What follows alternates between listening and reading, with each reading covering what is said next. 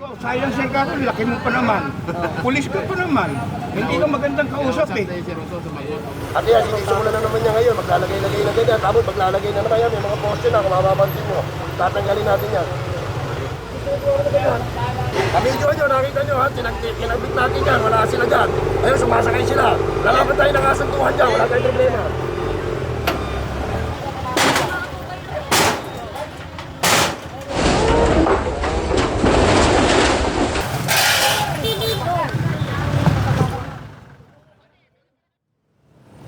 Magandang araw sa inyong lahat.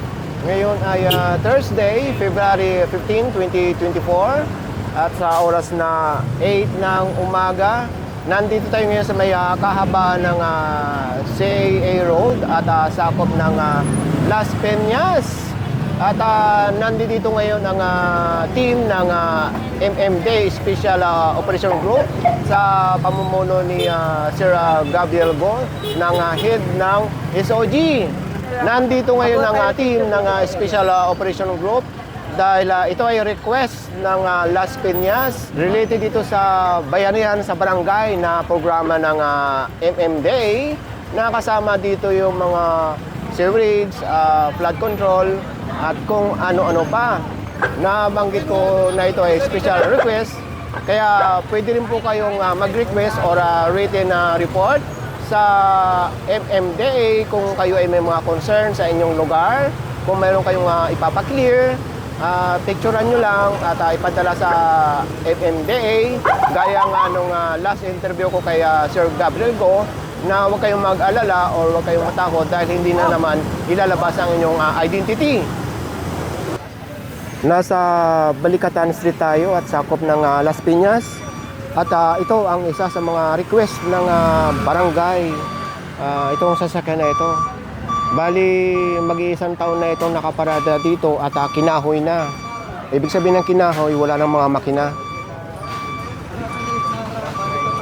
Pakisabi lang po kung nakukontak niyo yung may-ari. Kahit ako nakikipag-away ako doon. Pulis po lang pa rin niya kay may-ari. Sige po, punta na lang daw po kamo sa barangay. Sabi ko, sayang sir ka, laki mo pa naman. Pulis ka pa naman. Hindi ka magandang kausap eh. Ilang beses na po yan. Ilang beses na po yan. Tao na yung binilang yan. Nandun po yan eh, sa loob nila Balane. Pero hindi po umabot yan ng kalahating taon dito. Kasi doon, ano yan eh. Wala na po tayo magagawa. Opo. Hindi naman po akin yan.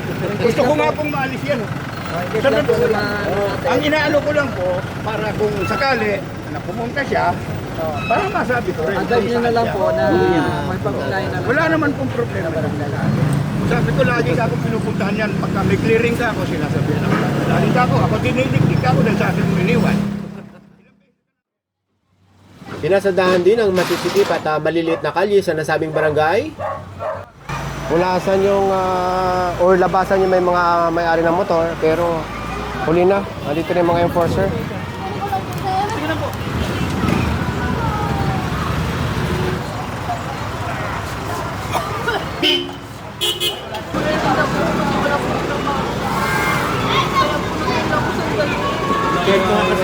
Umiyak na si ate. Eskwilahan kasi ito. Oh, hello mga bata. Oh, yan, biglang luminis na.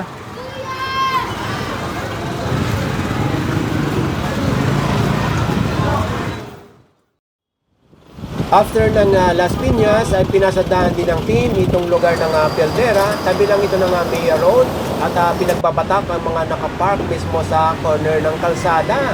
Pati itong ilalim ng ramp papunta ng Airport Terminal 1 ay binatak ang isang taxi na ginawa na mismong parkingan itong ilalim ng naturang ramp. Pati itong kahabaan ng Airport Road. Dito lang ito sa tapat ng Cebu Pacific at binatak ang isang sasakyan na mismong nakapark sa no parking at hinarangan pa mismo itong pedestrian lane.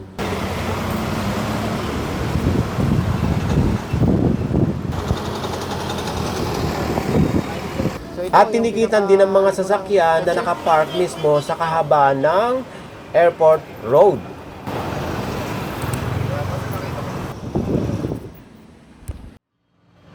At pagsapit ng hapon ay dumiretso naman ang team ng Special Operation Group ng MMDA sa siyudad ng Pasig upang linisin ang kahaba ng West Bank Road.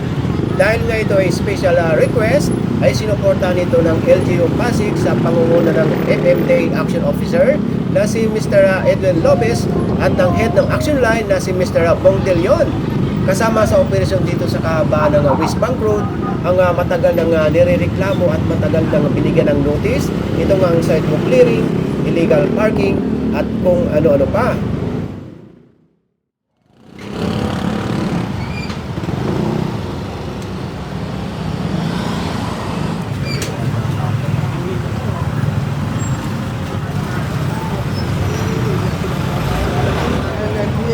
Kasi ito yung mataas yun na ilalagay nga sa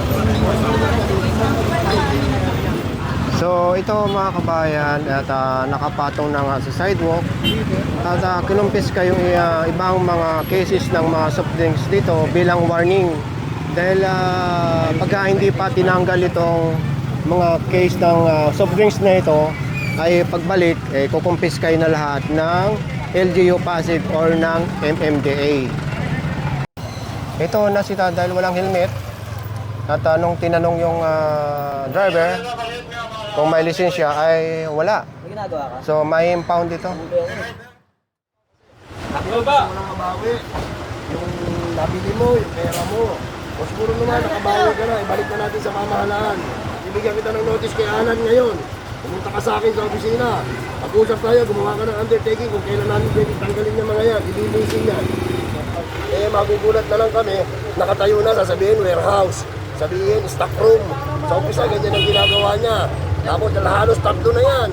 Gagawin niya, kunyari, lagay-lagay lang siya, clean area sa bukas pa kalaw, tatayuan niya na ng struktura. Mabilis lang siya gumawa ng struktura. Okay, nalaman natin yan nung nakaraan taon na. Bigyan ko lang siya ngayong Enero. At yan, sinisimulan na naman niya ngayon. Maglalagay-lagay na ganyan. Tapos maglalagay na naman yan. May mga poste na, kung mapapansin mo. Tatanggalin natin yan.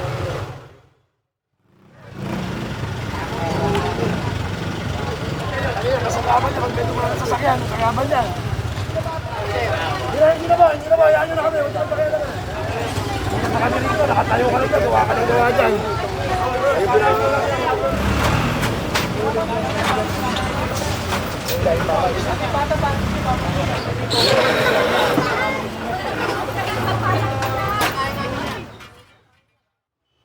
Ito yung matagal nang nirereklamo.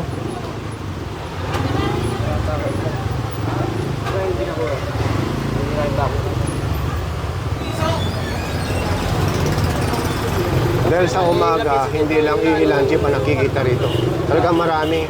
Yung iba, nasa sakop na itong kalsada. Kasama itong mga motorcycle na ito.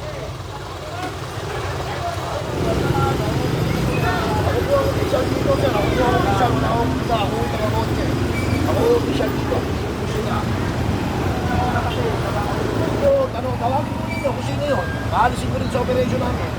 Kuya, doon na lang kayo. Ayun na, doon na kayo. Kami nyo, nakita nyo ha, tinagbit natin yan, wala sila dyan. Ayun, sumasakay sila. Lalaban tayo ng kasunduhan dyan, wala tayong problema. Mabalik na lang tayo dito. Hindi dapat. Stop yan mo.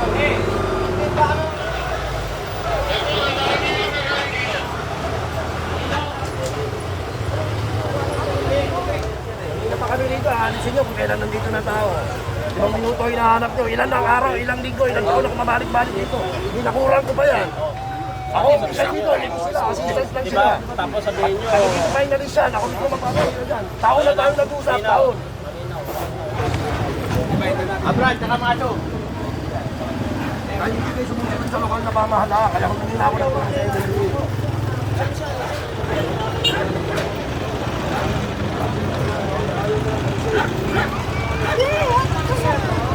Hindi nakurang ko na to. Po yung yero ko dun sa sityo, nagtuturoan ko sila.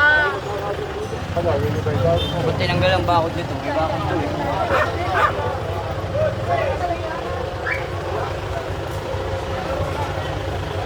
Sa opisina po tayo mag-usap na, huwag mo dito, ha?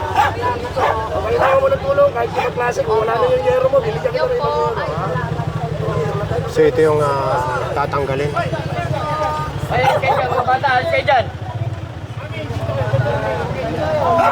Ano mo na nga pag-ayusin na tricycle na yan, Dave?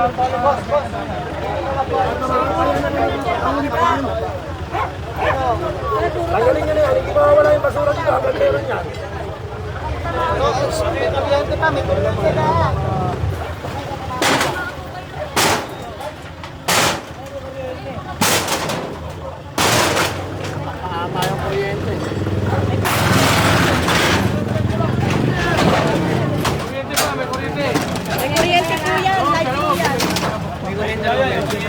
Hindi mo yan, baka kung may kuryente, pare. Pero nakakal, baka may kuryente.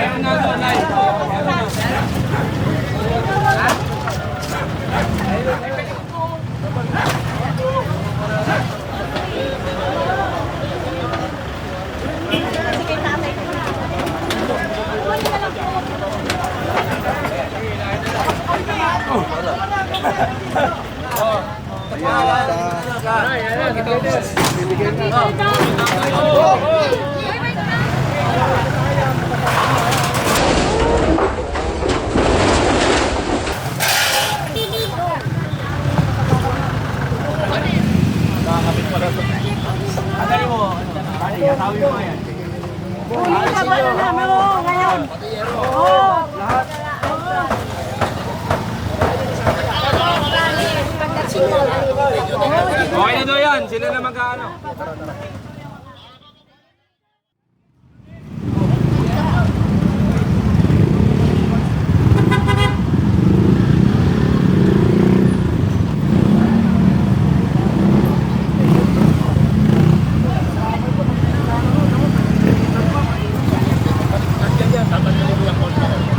Ha? Hindi yan dapat nandyan yung court. Pakisabi kung sino presidente rito, yung mga kabataan, usapin natin.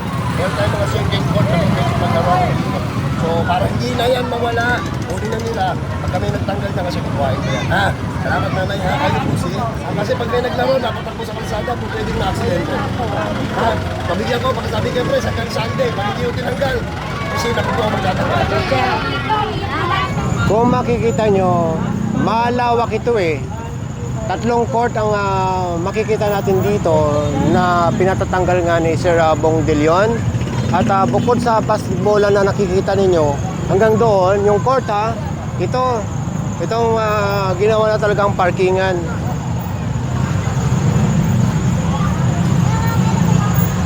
Itong mga sasakyan na ito, pagka may driver, matitikitan. Pero kung kulang sa rehistro, bukod sa matitikitan ng driver at walang rehistro, matoto rin yan.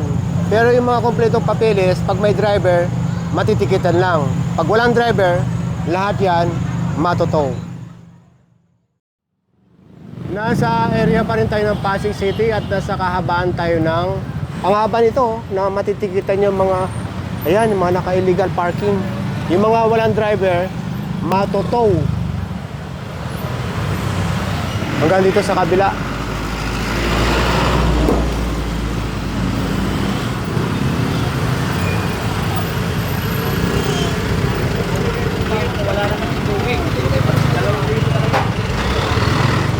Ang daming sign, tad-tad oh.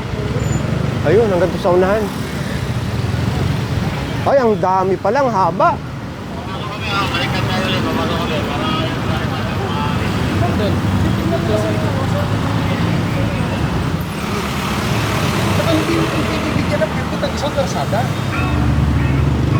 Hindi dapat tinanggal na lang po natin itong mga no parking nito kung ito'y may permit.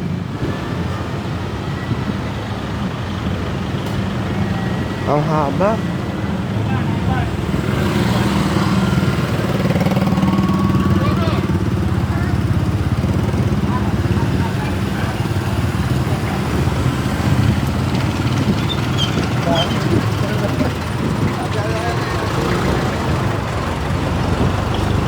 Ito ba yung papuntang simbahan? Ah, at meron yata eskwelahan dito. Oh, may eskwelahan dito. Oh, ito yung eskwelahan. Kaya kung paparkingan ito, ayan, ay talagang masikip na nga talaga ang kalsada.